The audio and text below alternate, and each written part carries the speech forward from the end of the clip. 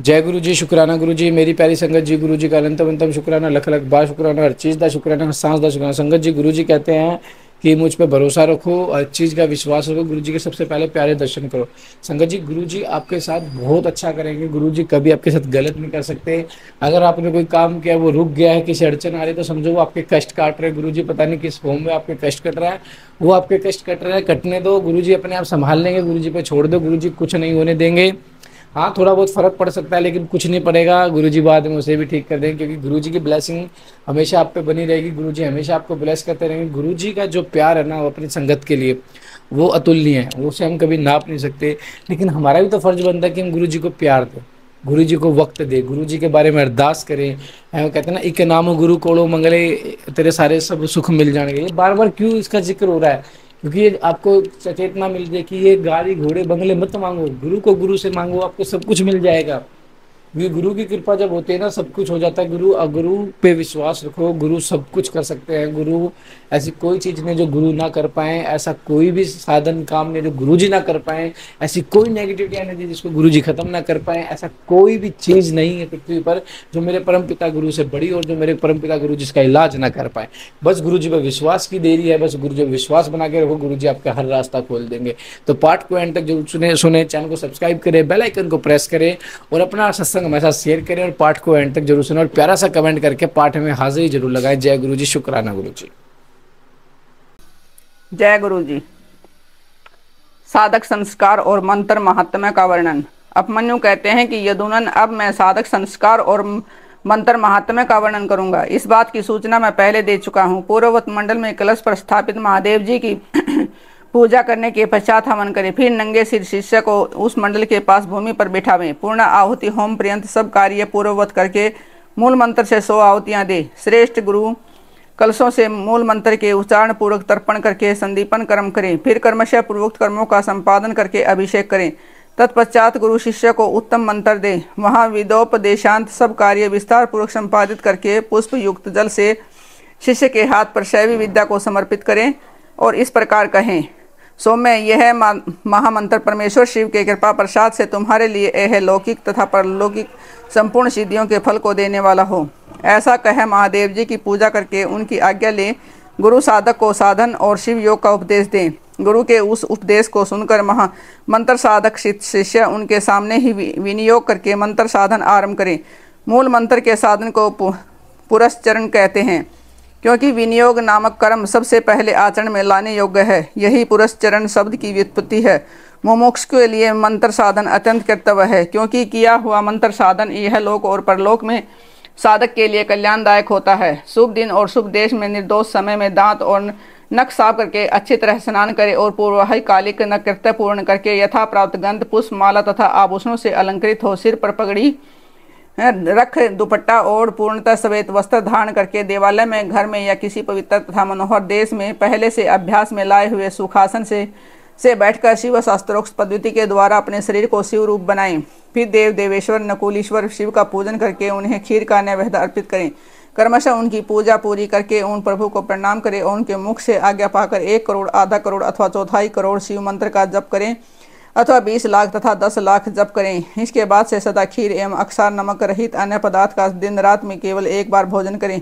अहिंसा, अक्षमा, सम, दम का पालन करता रहे। खीर न मिले तो फल मूल आदि का भोजन करे। भगवान शिव ने निम्नलिखित भोज्य पदार्थों का विधान किया है जो उत्तरोत्तर श्रेष्ठ हैं। पहले तो चरु भक्षण करने योग्य है, उसके बाद सूत के कर्ण, जौ के आटे का हलवा, साग, दूध, दही, घी, मूल, फल और जल ये आहार के लिए विहित हैं। इन भक्ष्य भोज्य आदि पदार्थों को मूल मंत्र से अभिमंत्रित करके प्रतिदिन मौन भाव से भोजन करें। इस साधन में विशेष रूप से ऐसा करने का विधान है। व्यक्ति को चाहिए कि 108 मंत्र से अभिमंत्रित किए हुए पवित्र जल से स्नान करे अथवा नद के जल को यथाशक्ति मंत्र जप के द्वारा अभिमंत्रित करके अपने शरीर का परोक्षण कर लें। प्रतिदिन तर्पण करें और शिवाग्नि में आहुति दें। हवनीय पदार्थ 7, 5 या 3 द्रव्यों के मिश्रण से तैयार करें अथवा केवल दृत से ही आहुति दें। जो शिव भक्त साधक इस प्रकार भक्ति भाव से शिव की साधनाएं आराधना करता है, उसके लिए यही लोक और परलोक में कुछ भी दुर्लभ नहीं है। अथवा प्रतिदिन बिना भोजन किए एकाग्रचित हो एक सहस्र मंत्र का जप किया करें। मंत्र साधना के बिना भी जो ऐसा करता है उसके लिए न तो कुछ दुर्लभ हो, न ही कहीं उसका अमंगल ही होता है।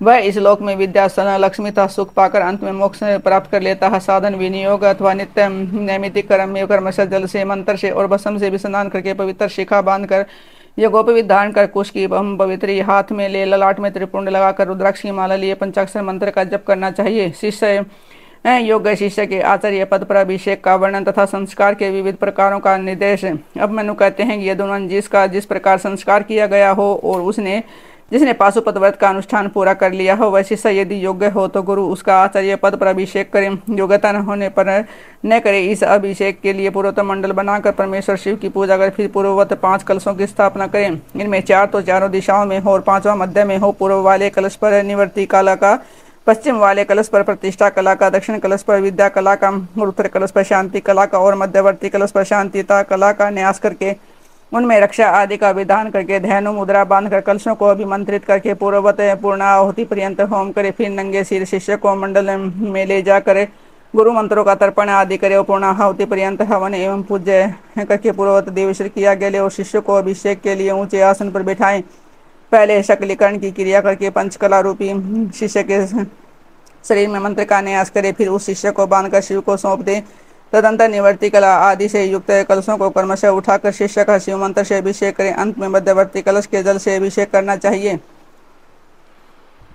इसके बाद शिव भाव को प्राप्त हुए आचार्य शिष्य के मस्तक पर शिव हस्त रखें और उसे शिवाचार्य की संज्ञा दे। तदंतर उसको वस्त्राभूषण से अलंकृत करके शिव मंडल में महादेव जी की आराधना करके 108 आहुति एवं पूर्ण आहुति दे। फिर देवेश्वर की पूजा एवं भूतल पर साष्टांग प्रणाम करके गुरु मस्तक पर हाथ जोड़ भगवान शिव से यह निवेदन करें, भगवान आपकी कृपा से मैंने इस योग्य शिष्य को आचार्य बना दिया है। देव अब आप अनुग्रह करके इसे दिव्य आज्ञा प्रदान करें। इस प्रकार कहकर गुरु शिष्य के साथ पुनः शिव को प्रणाम करें और दिव्य शिव शास्त्र का शिव की ही भांति पूजन करें। इसके बाद शिव की आज्ञा लेकर आचार्य अपने शिष्य को अपने दोनों हाथों से शिव संबंधी ज्ञान की पुस्तक दें। वह उसे शिवागम विद्या को मस्तक पर रखकर फिर उसे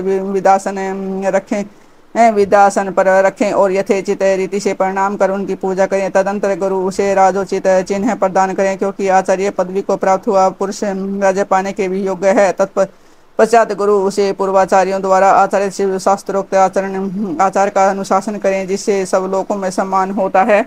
आचार्य पदवी को प्राप्त हुआ पुरुष शिव शास्त्रोक्त लक्षणों के अनुसार यत्न पूर्वक शिष्यों की परीक्षा करके उनका संस्कार करने के अनंतर उन्हें शिव ज्ञान का उपदेश दे। इस प्रकार वह बिना किसी आयास के सोच, अक्षमा, दया, असप्रिया तथा अनुसूया आदि गुणों का यत्न पूर्वक अपने भीतर संग्रह करें। इस तरह उस शिष्य को आदेश देकर मंडल से शिव कलशों का तथा अग्नि आदि का विसर्जन करके वह सदस्यों का भी पूजन करे अथवा अपने गणों सहित गुरु एक साथ ही सब संस्कार करे। जहाँ 2 या 3 संस्कारों का प्रयोग करना हो वहाँ के लिए विधि का उपदेश किया जाता है। वहाँ आदि में भी शुद्धि प्रकरण में कहे अनुसार कलशों की स्थापना करे। अभिषेक के सिवा समाचार दीक्षा के सब कर्म करके शिव का पूजन और अध्वय शोधन करे। अध्वय शुद्धि हो जाने पर फिर महादेव जी की पूजा करे। इसके बाद हवन और मंत्र तर्पण करके दीपन कर्म करे। तामहेश्वर की आज्ञा ले शिष्य के हाथ में मंत्र समर्पण पूर्वक शेष कार्य पूर्ण करें अथवा संपूर्ण मंत्र संस्कार का क्रमशः अनुचिंतन करके गुरु अभिषेक पर्यंत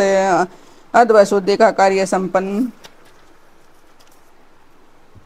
करे। वहाँ शांतिता आदि कलाओं के लिए जिस विधि का अनुष्ठान किया गया है वह सारा विधान 3 तत्वों की शुद्धि के लिए भी कर्तव्य है। शिव तत्व, विद्या तत्व, आत्म तत्व, ये 3 तत्व कहे गए हैं। शक्ति में पहले शिव का, फिर विद्या का और उसके बाद उसकी आत्मा का आविर्भाव हुआ है। शिव से शांति अध्वा व्याप्त है, जो उससे शांति कलाध्वा, उससे विद्या कलाध्वा, विद्या से परिशिष्ट प्रतिष्ठा कलाध्वा और उससे निवृत्ति कलाध्वा व्याप्त है। शिव शास्त्र के पारंगत मनीषी पुरुष मंत्र मूलक संभव संस्कार को दुर्लभ मानकर शाक्त संस्कार का प्रतिपादन करते हैं। श्री कृष्ण, इस प्रकार मैंने तुमसे संपूर्ण यह चतुर्विध संस्कार कर्म का वर्णन किया है। अब और क्या सुनना चाहते हो? अंतर्याग अथवा मानसिक पूजा विधि का वर्णन।